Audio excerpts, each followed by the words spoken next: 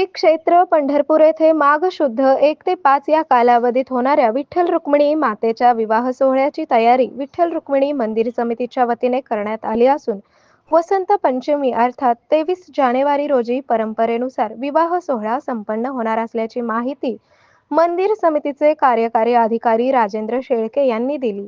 19 ते 22 जानेवारी या कालावधीत दररोज दुपारी 4 वाजता रुक्मिणी स्वयंवर कथा आयोजित केली आहे।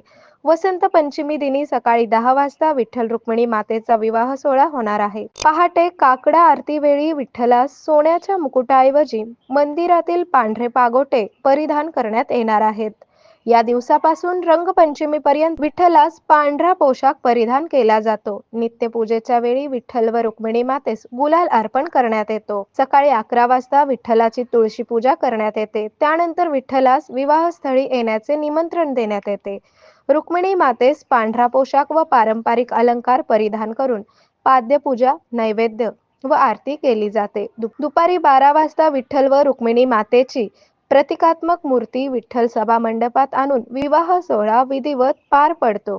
त्यानंतर दुपारी 4 वाजता पोशाखानंतर पाद्यपूजा केल्यावर मिरवणूक निघणार आहे। वसंत पंचमीच्या दिवशी दुपारी 12 ते सायंकाळी 7 वाजेपर्यंत अन्नछत्र सुरू ठेवण्यात येणार आहे।